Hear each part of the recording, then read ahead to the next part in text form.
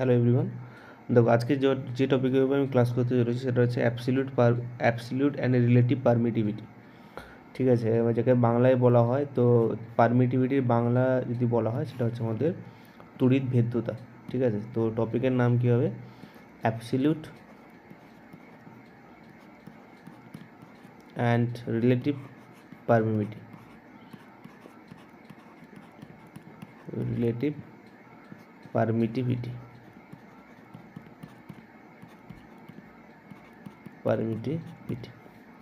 ঠিক আছে, তো পারমিটিভিটির বাংলা আমরা সবাই জানি সেটা হচ্ছে আমাদের তড়িৎ ভেদ্যতা। ঠিক আছে, তো এবারে চলে আসি এই পারমিটিভিটির ডেফিনেশন কি, যে তড়িৎ ভেদ্যতা আমরা কাকে বলবো, হোয়াট ইজ পারমিটিভিটি। তো পারমিটিভিটি হচ্ছে, আমি লিখে দিচ্ছি তোমরা লিখতে পারো। So permittivity is a property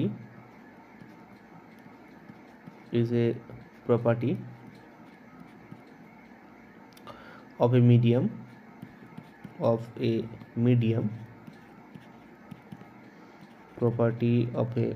medium and affect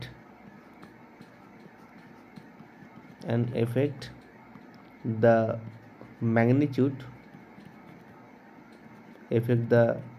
magnitude of force between two point charges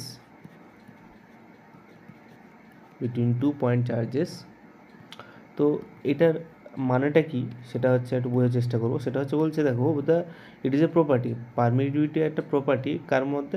একটা মিডিয়ামের একটা প্রপার্টি, যেটা হচ্ছে কি আমাদের দুটো চার্জের মধ্যে যে ফোর্স কাজ করছে তার উপর ডিপেন্ড করছে। মানে আমরা কুলম্বের সূত্রে কী পড়েছিলাম, যে দুটো পয়েন্ট চার্জ নিচ্ছিলাম, একটা পজিটিভ চার্জ একটা নেগেটিভ চার্জ, কিংবা যে কোনো চার্জ আমি নিচ্ছিলাম, যখন তারা একটা সেপারেট ডিস্টেন্সে আমি রাখছিলাম তাদেরকে, তখন তাদের মধ্যে একটা বল কাজ করছিল। সেই ফোর্সটা কী হচ্ছে?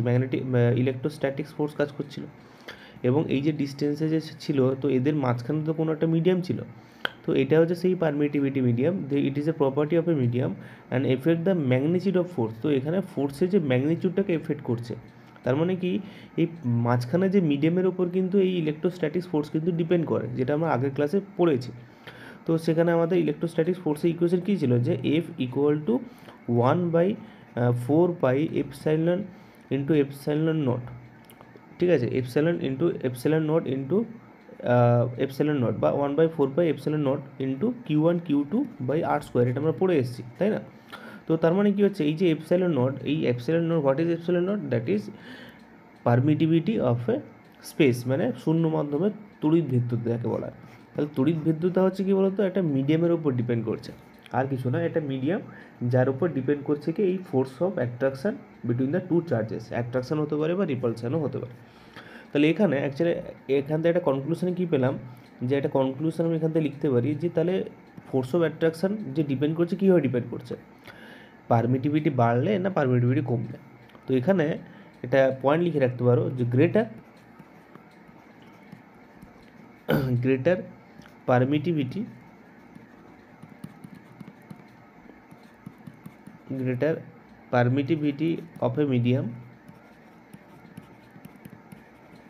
of a medium lesser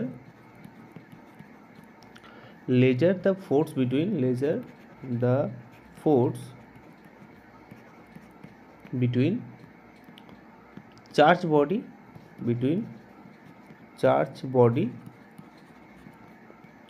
placed in it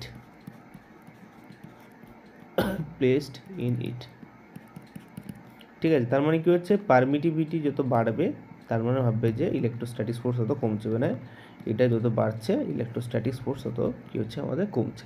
ওকে, আচ্ছা, এবারে একটু এক্সট্রা পয়েন্ট একটু লিখিয়ে দিই তোমাদের শর্ট কোশ্চেন আকারে, যেগুলো আসছে পরীক্ষায়। সেটা হচ্ছে কি আমাদের, যে এয়ার কিংবা ভ্যাকিউমে রেসপেক্টে যদি ভাবি, এয়ার কিংবা ভ্যাকিউমে আমাদের কি হয়, যে পারমিটিভিটি কী হয়, মিনিমাম হয়। তাহলে কি লিখবে? Minimum permittivity. তাহলে কি, যেখানে মিনিমাম পারমিটিভিটি, তো সেখানে কী হচ্ছে, ফোর্স অফ অ্যাট্রাকশন কী হবে, বেশি হবে, বা রিপালশন কী হবে, বেশি হবে, মানে ইলেকট্রোস্ট্যাটিক্স কী হবে, বেশি হবে, তাই না? আরেকটা পয়েন্ট এখানে অ্যাড করতে পারো, সেটা হচ্ছে আমাদের আমরা যাকে আমরা বলছি অ্যাবসলিউট পারমিটিভিটি। আমি প্রথমে হেডলাইন দিয়েছিলাম অ্যাবসলিউট, বা অ্যাকচুয়ালি এটাকে অ্যাকচুয়াল বলা হয়, অ্যাকচুয়াল কিংবা absolute. Absolute permittivity,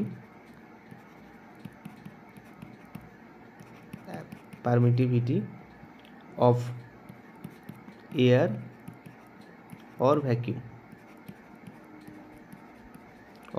or vacuum, যার ভ্যালুটা লিখে রাখবে epsilon naught equal to 8.854 into 10⁻⁻12 newton per metre. ঠিক আছে, নিউটন পার মিটার। তাহলে এই ভ্যালুটা কিন্তু আমাদের মাথায় রাখতে হবে। ওকে, তাহলে কী হচ্ছে, যদি তোমাকে বলা হয় যে অ্যাবসলিউট পারমিটিভিটি অফ এয়ার, যে বায়ু মাধ্যমে যে পারমিটিভিটি তার ভ্যালু কত, সেটা হচ্ছে আমাদের 8.854 ইন্টু 10⁻12 নিউটন পার মিটার। ওকে, আচ্ছা, আরেকটা এক্সট্রা পয়েন্ট তোমরা লিখতে পারো, সেটা হচ্ছে আমাদের যে অ্যাবসলিউট পারমিটিভিটি, এই পয়েন্টটা মোস্ট ইম্পর্ট্যান্ট পয়েন্ট বলতে পারো। অ্যাবসলিউট বা অ্যাকচুয়াল, আমি যে কোনো একটা লিখছি, ঠিক আছে, যে actual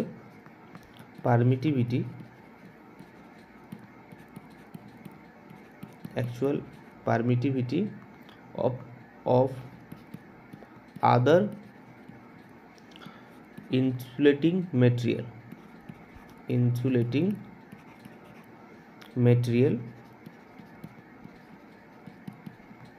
is greater than actual permittivity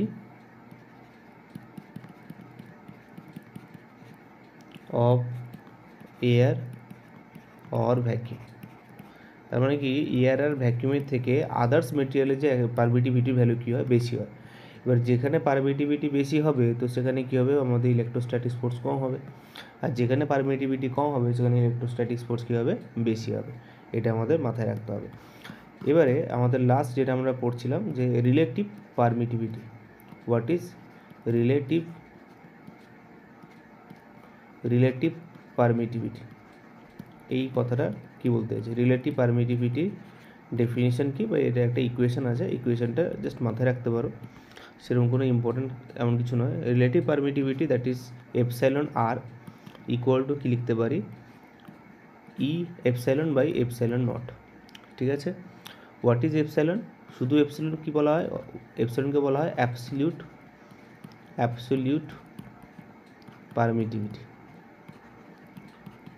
permittivity, ঠিক আছে, অফ ম্যাটেরিয়াল। যে ম্যাটেরিয়ালটা তুমি নেবে তাকে আমরা শুধু এপসাইলন দিয়ে আমরা রিপ্রেজেন্ট করি, ম্যাটেরিয়াল।